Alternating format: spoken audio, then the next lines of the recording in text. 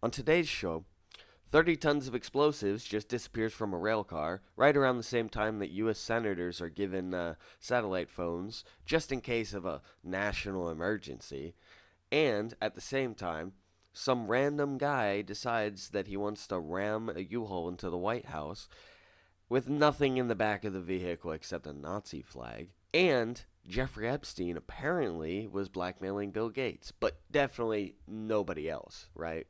And last but not least, Target and North Face are getting backlash over their support for trans.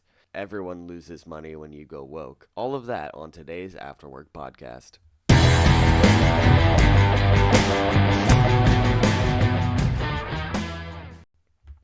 What is up, guys? Welcome back to the Afterwork podcast.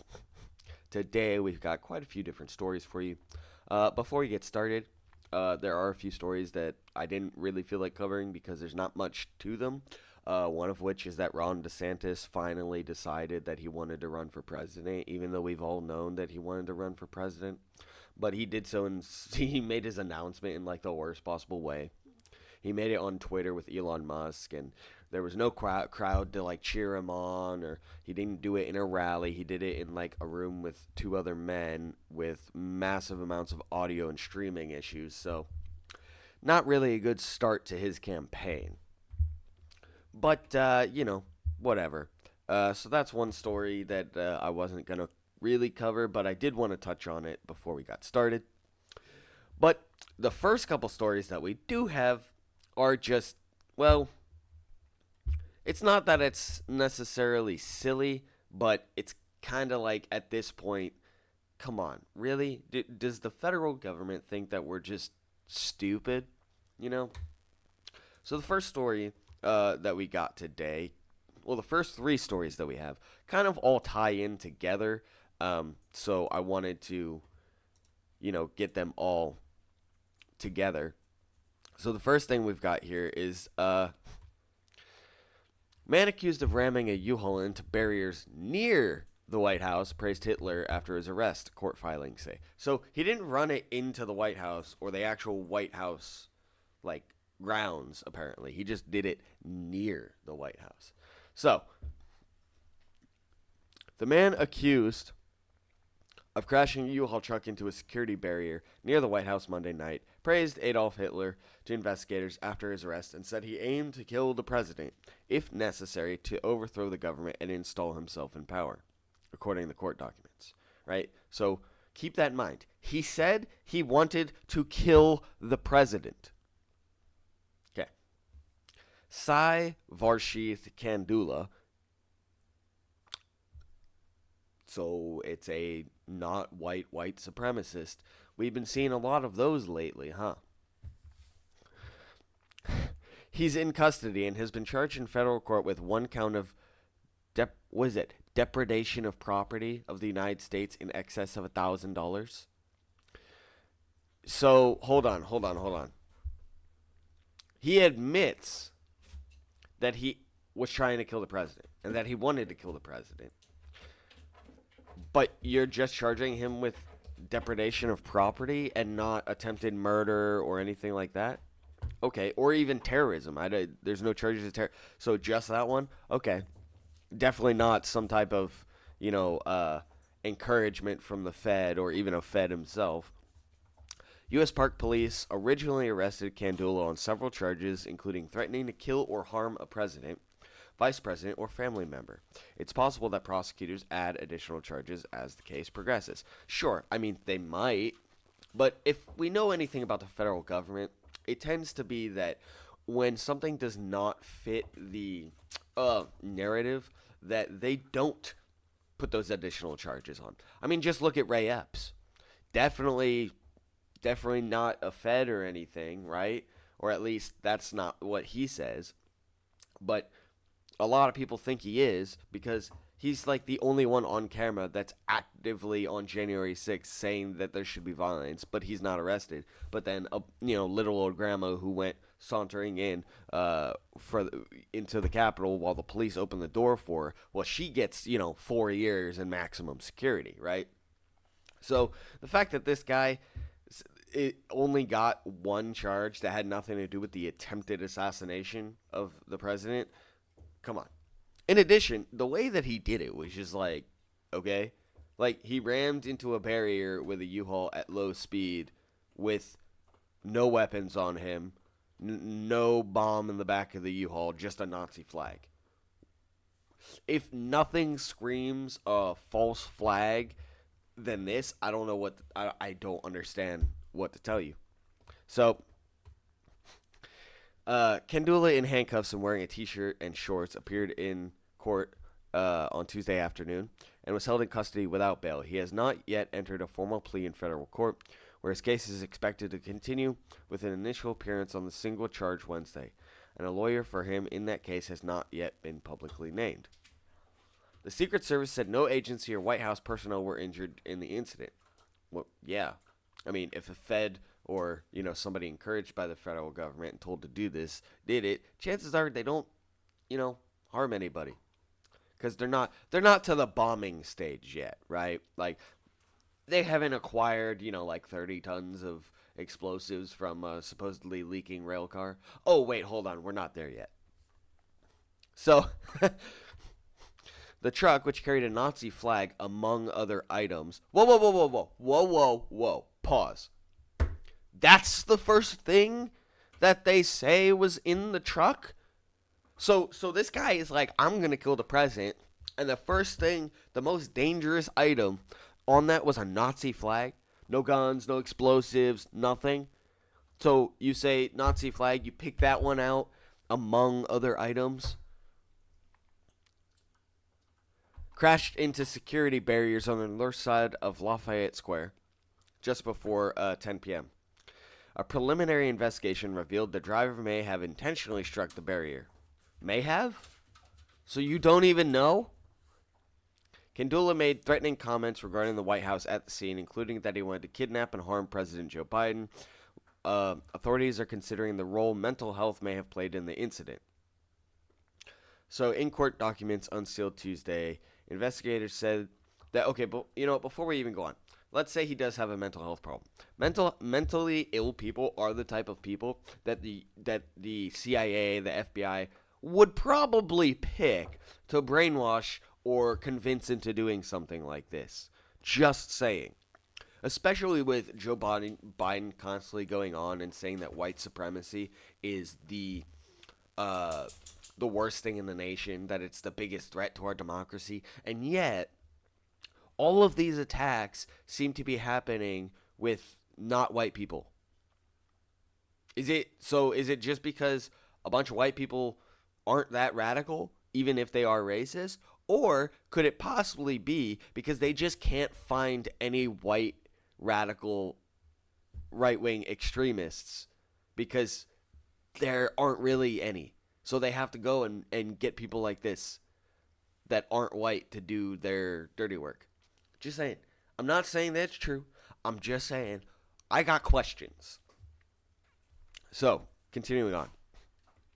So, in court documents, police said they saw Kendula drive up onto the sidewalk and into metal barriers, sending several pedestrians running. When the truck failed to go through the barriers, Kendula allegedly backed up before striking the barriers a second time. After the crash, he removed the flag from a black backpack he was carrying. In an interview after the arrest, investigators asked Kendula about the Nazi flag he displayed after the crash. Kendula said he brought the flag because Nazis have a great history, adding that he admires their authoritarian nature, eugenics, and their one world order. When asked if he looks up to any leaders, Kendula answered Hitler because he was a strong leader. Does anybody believe this? Does anybody actually believe this? I do not believe this crap. This is the second white supremacist in 2 or 3 weeks that's attacked. The first one was that mass shooting where the guy supposedly who was a white supremacist went and shot up white people. That doesn't make any sense. And now you've got this guy who's not white spouting the ideas of somebody who would have hated him for his race and talking about going after like all of these things just sound like it's just made up BS. Kind of like Patriot Front is definitely not feds, right? So officers, he told officers that he had been planning the attack for 6 months and had flown to Washington from St. Louis earlier that evening. Uh, he said that he aimed to get to the White House, seize power, and be put in charge of the nation, and was prepared to kill the president if that's what I have to do, and would hurt anyone that would stand in my way. Okay, so either he's really crazy, or they're making him look, or he's being made to look crazy. Because look, I don't think that this is something that actually happened. Like, not that it didn't not that somebody didn't actually get in their truck and like ram the thing. I think this is a false flag type thing. We've been seeing an uptick in these for no real reason for a while now. Like the last couple months, there's just been this random uptick, and it definitely has nothing to do with the fact that an election's coming up or anything, right? So after the crash, the truck was searched by bomb technicians. No explosives and no incendiary devices were found. How did this guy... Jesus. My dog has the zoomies right now. Forgive me. So, how did this guy plan on, like, taking out the president if he didn't have any weapons? Did he plan on, like, trying to run him over? Like, I don't get it. So, this story just doesn't make sense. It just doesn't. I'm sorry, it doesn't. But speaking about things that don't make sense, things that, tend to seem like there's some type of ulterior motive going on or something else that's happening, we have another story that it also doesn't make any sense. So, look, I'm not one for conspiracy theories, but let's face it, there's some weird stuff going on. So here we've got another story. 30 tons of explosive chemical disappeared from train after departing Cheyenne. So let me ask you this. How often do you think this type of stuff happens in close succession? A Nazi attacks the White House, and then 30 tons of explosives just magically go missing, right? So about 30 tons of ammonium nitrate fertilizer is still missing after disappearing during a rail trip from Cheyenne to California. On April 2nd, a rail car carrying the chemical, used both as a fertilizer and explosive, left on a 2-week trek to Saltdale, California, and once it arrived, the rail car was empty. Officials are early in their investigation, but the leading theory is the disappearance resulted from a leak, and there's no indication the material was stolen. According to a spokesperson from Dyno Nobel, an explosives manufacturer whose plant the railcar departed, it's believed the chemical leaked in small pellets along the way. Every indication is the pellets fell from the railcar onto the tracks in small quantities throughout the long trip. Though ammonium nitrate is routinely used as a common fertilizer, it can also be used as an explosive. All it needs is a little fuel. Historically, there have been at least a half dozen instances where ammonium nitrate was the cause for deadly explosions. Most famously, the chemical was used in the 1995 Oklahoma City bombing, which killed 168 people.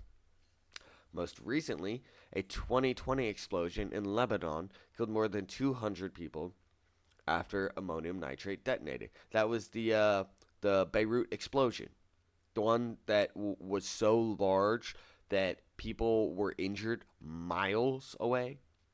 I think it was the biggest, one of the, if not the biggest, port explosion in modern history.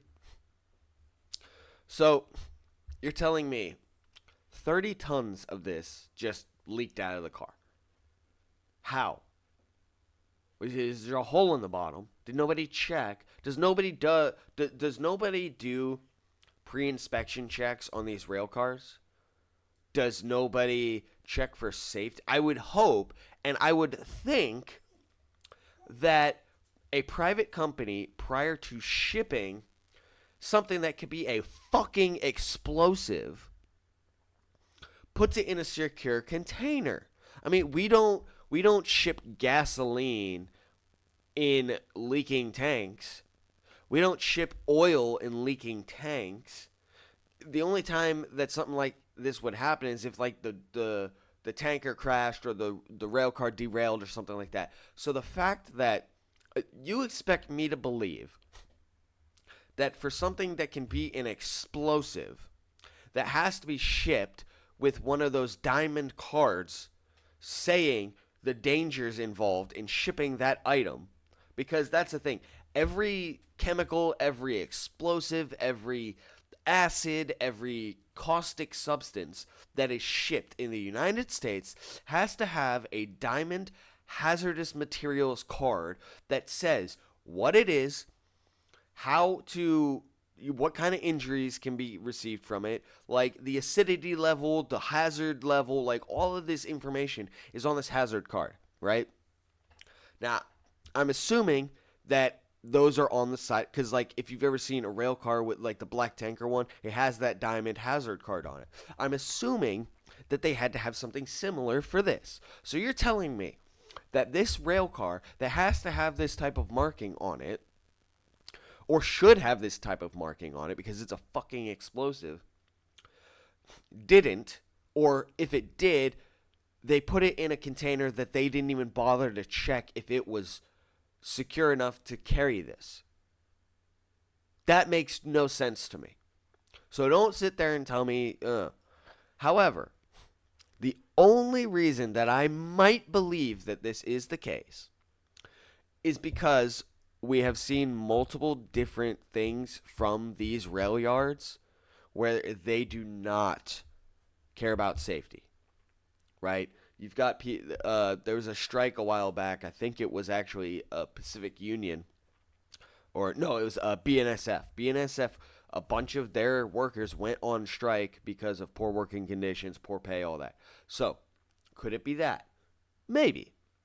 But we've had the Ohio disaster, the rail car disaster where it derailed, and then after that we have had multiple reports of derailing items just left on train tracks, whether it be blocks of wood, actual derailing mechanisms, and now you're telling me that this just happened to lose whatever. Now, again, I would not be so over this story if it wasn't for the next story, okay? So, first of all, you've got the explosives go missing, and shortly in the same amount of time, U.S. senators are issued satellite phones for security. What? So, Senate Sergeant at Arms Karen Gibson explained the motivation behind the move. The phones provide a robust security backstop in case an emergency takes out communications in part of the country. Takes out communications? What could possibly take out communications? Maybe a 30-ton bomb made from ammonium nitrate? It doesn't even have to be 30 tons. Like, that's a lot of ammonium nitrate. Like, it could be 1 ton of ammonium nitrate could take out a fucking substation or an actual power plant. I mean, just saying. 30 tons of this stuff. That's a lot. That's a whole lot of explosives. That's a whole lot of potential bombs. And the investigation's still going on, and they still don't know. And here's the other thing. Throughout history, false flags are always staged to either be accidents or intentional. So let's take for instance the Reichstag fire. So everyone believes that Hitler's supporters burned down the Reichstag and then blame the communists, so that way they could go in and be like, oh, gotta get rid of these communists, right? And change the government. Prior to that, however, there were small things that happened that all seemed like accidents or coincidence, right? In this case, we've had multiple different coincidences that have been happening. One of which is this supposed losing of chemicals that could be explosives.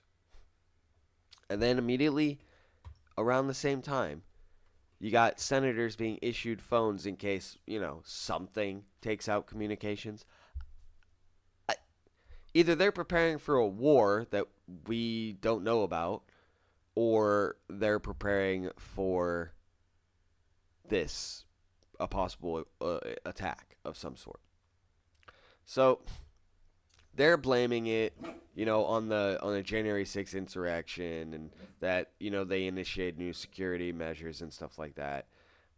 I don't buy it, dude. At this point, our government has lost like all credibility. I mean, first they push COVID on all of us, right, and then they lock us down, and then they push the vaccine on us, which has come out to be now harmful and has been pulled from multiple different companies, and they're no longer able to do it because it's causing issues. Then they sit there and they tell us, oh, well, January 6th was like the worst possible thing to ever happen. When like 90% of the people that were involved with that were just let in by Capitol Police and weren't actually like criminals. All the while, we're supposed to believe that the one guy who was calling for, violence that day was definitely not a Fed, even though he was the only one who basically wasn't arrested. Then you've got, just all these weird attacks by supposed white supremacists who aren't even white. And now you have 30 tons of explosives disappearing. Supposedly, we're not in Ukraine, but there are confirmed reports of U.S. Special Forces in Ukraine. We're sending them billions of dollars. All the while, the ATF is sitting here trying to make 40 million Americans felons for something that's been legal for a decade, and no new law has been passed in Congress, so the ATF shouldn't be able to do it. But they intentionally made the rule happen at the same time as the debt ceiling crisis, so that way, Congress wouldn't get around to like saving Americans from becoming felons. All the while, they put Jeffrey Epstein's girlfriend in jail based on a list of supposed clients, which was evidence to put her in jail for human trafficking and child sex trafficking. But but the government refuses to tell us who those people were. Sounds like it's people in government, high officials. All the while, they hide evidence of Joe Biden's corruption, even though he blatantly said what he did with Ukraine was illegal. His son is basically a crackhead and, throws a gun in a trash can next to a school. And clearly, there's something going on because Joe Biden's under investigation based off of the evidence found in the laptop. And all of that was hidden at the request of the government. So when you ask me, not to mention the stuff that the government's already done in the past, like MK Ultra, I don't know, the false flag to get into, I think was it Vietnam or was it Korea? Where supposedly they attacked, I think it was Vietnam, where they supposedly attacked our warship and that made us get into the war. And then just Ruby Ridge, where they basically shot up a family simply because, we think that he's, anti-government, proving him right. So I'm sorry, but when you ask me if I trust the government, the answer is fucking no. So when shit like this happens, forgive me for thinking that it could be anything other than an accident, especially after people are given satellite phones. So, I don't understand why it is that people, inherently trust the government. I never understood that. People are like, oh, the government's good, blah, blah, blah, blah, blah. Anyway, speaking of Jeffrey Epstein's girlfriend and everything that was surrounding that whole thing, we've got another story here. So, apparently, Jeffrey Epstein appeared to threaten Bill Gates over Microsoft co-founder's affair with a Russian bridge player. So, Oh, it's behind a paywall. It was not behind a paywall when I looked at it earlier. But I read it before the paywall showed up, so I'll just talk about the very basic thing about it. So, apparently, Bill Gates, had an affair with this like 20 something year old Russian bridge player, right? And Jeffrey Epstein decided that he wanted to go after Bill Gates for like $100 million, basically blackmailing him. Now, why is this important? Because up until now, first of all, people are like, "Oh, Jeffrey Epstein, killed himself." So anybody who thinks otherwise, that's a conspiracy theory. But the other conspiracy theory was that Jeffrey Epstein was blackmailing people with, various recordings of them with underage children or whatever on Epstein Island. And people are like, no, that's conspiracy theory. Like, he doesn't have evidence of people doing anything. Like, there's no reason, for him to have done that. Yet, evidence has now come out saying that he blackmailed powerful people. He blackmailed Bill Gates. You don't think that he blackmailed other people who went to Epstein Island and diddled little kids? Like, come on now. And a lot of these big, powerful people have tons of money to kill him in prison and make it look like a suicide. Not saying that's what happened, but sounds like it. So this just gives credibility to the fact that that is no longer a conspiracy theory. He did. He did it. He blackmailed important people, Bill Gates. So to say that he didn't do it to other people, come on now. Come on now. Really? You think that somebody murdered him in prison and made it look like an accident because of threatening about an affair? No. No.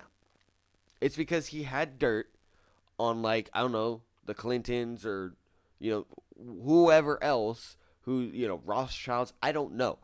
Other important, famous people. He had probably video of them diddling little girls and, like, crap that would ruin these people. So, that's why this story is important. We should not be forgetting about this. There are large amounts of wealthy people who were involved with this. Like, we're never going to know who these people are. So, but we should be calling for accountability. Speaking of accountability, so we have, some new trans BS. We've got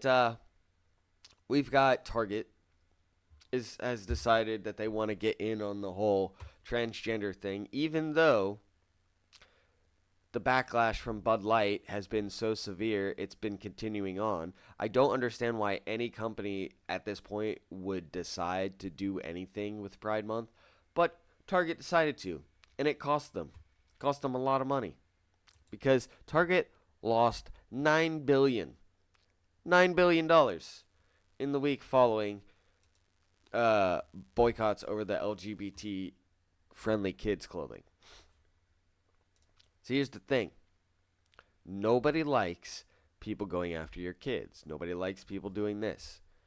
And up until now, up until the whole Bud Light thing, people seemed to not care that much about it.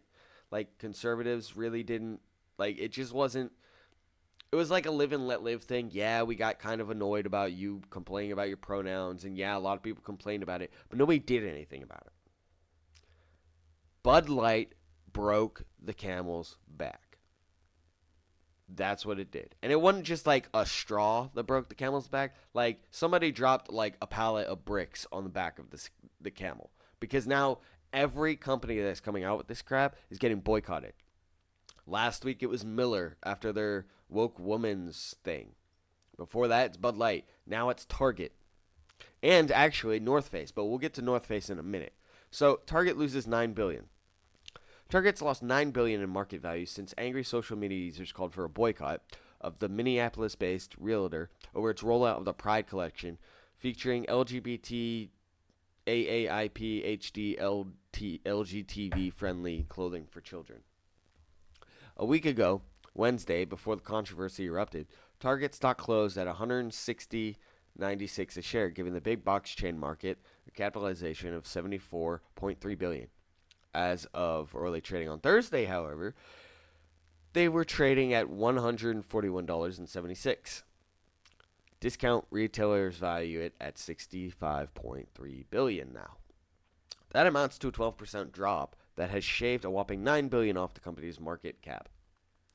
Target said on Tuesday it was removing some items from its stores and making other changes to its LGHD TV merchandise section nationwide, ahead of the Pride Month after intense backlash from some customers who confronted workers and tipped over displays. Since introducing this year's collection, we've experienced threats impacting our team members' sense of safety and well-being while at work. Given these volatile circumstances, we are making adjustments to our plans, including removing items that have been at the center of the most significant controversial behavior. Target said that customers knocked down pride displays at some stores, angrily approached workers, and posted threatening videos on social media from inside the stores. This was just days after Target CEO defended the merchandise, saying it was the right thing for society. I'm sorry. Clothing for the victims of child grooming, where you are supporting the grooming of children, is not the right thing for society. You piece of shit. Target declined to specify Wednesday which items was removed, but among the ones that generated the most attention were tuck-friendly women's swimsuits that allow trans women to not have had gender-affirming operators to conceal their private parts. They had these for kids, bro.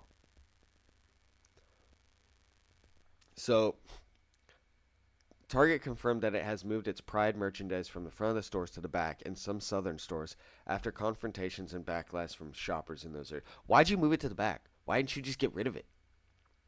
People aren't mad. People aren't mad that this stuff is in the front of the store, so moving it to the back fixes it. No, people are mad because it exists. Because this should not be like a mainstream thing, especially not for kids. Look, I don't give a crap what you do once you're 18. People routinely, split their tongues, put bowl nose rings in, tattoo their whole face. I don't care, right? When you start pushing it on kids, that's the problem. Now, I'm not as conservative as some other conservatives who are just like, no, this shouldn't be accepted in any way whatsoever. I'm more libertarian than that. I don't give a damn what you do as an adult, as long as it doesn't hurt somebody else. So, again, when it comes to adults, you can't tell me what to say. You can't tell me how to think or feel, right? So, I'm not going to use your pronouns because I'm not in that mindset. But I'm not going to tell you that you can't go get your dick chopped off or anything like that. I don't care. However, when you start doing this stuff to kids, that's where I have a problem. Look, I'm not a dad. I don't have kids. And quite honestly, in the world we live in, I really don't think I want to be a dad. But I recognize that children are innocent and they are impressionable and they are the future of our nation. And I'm patriotic. Okay? So when you are targeting kids for stuff like this, Target, no. I used to go to Target all the time. It's right next to my gym. I'd go there after going to the gym, go shopping. Guess where I don't shop anymore? Target. I refuse to go to Target. Unless they remove these displays and they apologize, why would I go to Target? Why would I ever shop at Target? And the rest of you, the people who aren't buying Bud Light, stop shopping at Target. Because here's the thing. A lot of people are like, oh, well, yeah, but all these companies that you're going and shopping at now have previously done Pride or whatever. Yeah, nobody cares about that at this point. Because here's the thing. From the point of the breaking of the camel's back, everything prior to that is right? Going forward is what matters. And at this point, any pride, any trans, any mentally ill whatever that is going on here needs to be called out and boycotted. That's it. That's it. So don't shop at Target. Don't buy Bud Light. Don't buy Jack Daniels. Don't go to any shops or stores that are outwardly supporting this. It's that simple. If we stop doing that, they'll get the idea. Maybe at some point, because at this point, it doesn't seem like they have. Because after the whole Bud Light boycott, you would expect Target not to do something so stupid, right? But they did. And so did North Face. North Face is like a outdoor, from my understanding, they're like an outdoor type, uh, clothing, apparel, and gear, kind of like Nike, Adidas, right? So North Face came out with a trans gay the drag ad that has no real bearing on their product. So we'll go ahead and watch that before we read the story, but let's take a look at that. Hi, it's me, Patagonia, a real-life homosexual. And today I'm here with the North Face. We are here to invite you to come out in nature with us. Wow, this is nice. We like to call this little tour the Summer of Pride. This tour has everything. Hiking, community, art, lesbians making art. Last year, we gay saw shade across the nation and celebrated Pride across the nation with hundreds of you across the nation. This year, we're back again with 2 new stops. Atlanta, GA. Why? Because you're there. In Salt Lake City, we're coming for you. Hey, can we go? Of course! This year, all these fabulous speakers will be coming from inside this TV to a nature near you. So come outside and celebrate the beautiful LGHGTV community. Okay, I gotta give them that right at the end. they made a joke of the joke that we've been making, the LGHGTV community. But yeah, so that's the ad, bro. So they mentioned in this ad that they did it last year too, and nobody seemed to care. And the reason, again, is because the camel's back didn't break yet. We as normal human beings, a lot of people hadn't heard about stuff like this. Like, there's a lot of people who are like, I don't know anything about it, blah, blah, blah, blah. The whole Bud Light thing got a lot of regular people to see what's going on. And so that, like I said, you drop the whole pallet of bricks on a camel's back, and a ton of people are pissed off about it. So now Target's losing $9 billion in valuation. That's probably going to keep going because I'm not shopping at Target anymore, and I'm pretty sure a lot of others aren't. North Face can't read the fucking room and decides, oh yeah, you know the thing we did last year? Let's do it again this year. Even though Miller just faced backlash, Target just faced backlash, Bud Light is reeling from multiple slaps in the face, and yeah, like, but that's fine, we'll do it. I'm assuming North Face is going to have a problem now too. So, so let's go on to the actual news story about this. They might have a little more info here. So, after Bud Light and Target, the North Face has become the latest American brand to face a boycott for promoting Pride. The company's Summer Pride ad was released yesterday on its Instagram page. Not yesterday, it was a couple days ago. Just this story was from May 25th. The commercial features drag queen Patagonia telling customers to come out and declaring themselves a real-life homosexual. Skip. This is just telling what's in the ad. I don't need any of that. On Instagram, North Face said it was standing behind the campaign. We recognize the opportunity our brand has to shape the future of the outdoors, and we want that future to be a more accepting and loving place. We're partnering with Patty because we believe the outdoors are for everyone, said a comment warning others that any harmful remarks should be removed. Since the ad yesterday, shares in VF, the North Face's parent company, have fallen by 7%. I love to see it. I love it. Love it. It is down 7%. Target's down by 11%. Facing enormous backlash, the company removed some of the products causing most chaos, including items by a British transgender designer whose t-shirts feature the slogan, Satan respects pronouns. Of course he does. Because Satan is evil and people who groom children are evil. Sounds like a logical correlation to me. So, the designer, Eric Cullen, said he wasn't angry with Target for removing his work if it meant keeping store staff and consumers safe. Target's crisis communications director said the decision to roll back some of the Pride items, again, blah, blah, blah, we've seen that. Majority of the complaints have come from mothers on TikTok and Twitter. Since introducing this year's collection, we've experienced threats impacting our team members. Well, yeah, it's going to be mothers. Mothers are like the most protective over their children, and they're the ones who go shopping. So, yeah, they're going to complain, right? Like, so, CEO of Target, Brian Cornell, selling out the LGBT community to extremists is a real profile and courage. This isn't just a couple stores in the South.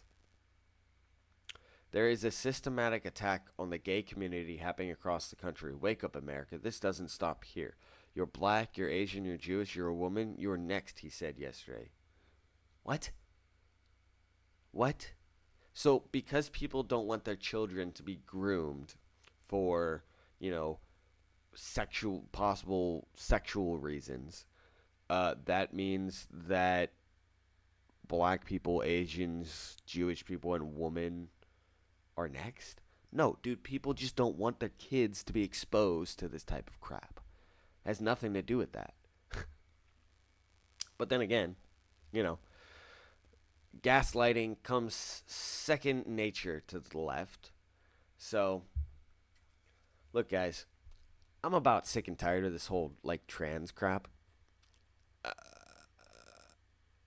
Because it's infecting everything now. You can't go anywhere, buy anything, or do anything without seeing this crap anymore. It's mentally taxing, bro. Going to the store and seeing this stuff, it's like, dude, can I just go shopping at a normal store for once? Can I do anything normally? And TV shows are throwing it in there. It's like, can I just have a good TV show instead of this woke crap? And then people complaining of oh, my pronouns, meh. Who cares? I don't care. You being offended over something is your fucking issue, not mine. I don't care.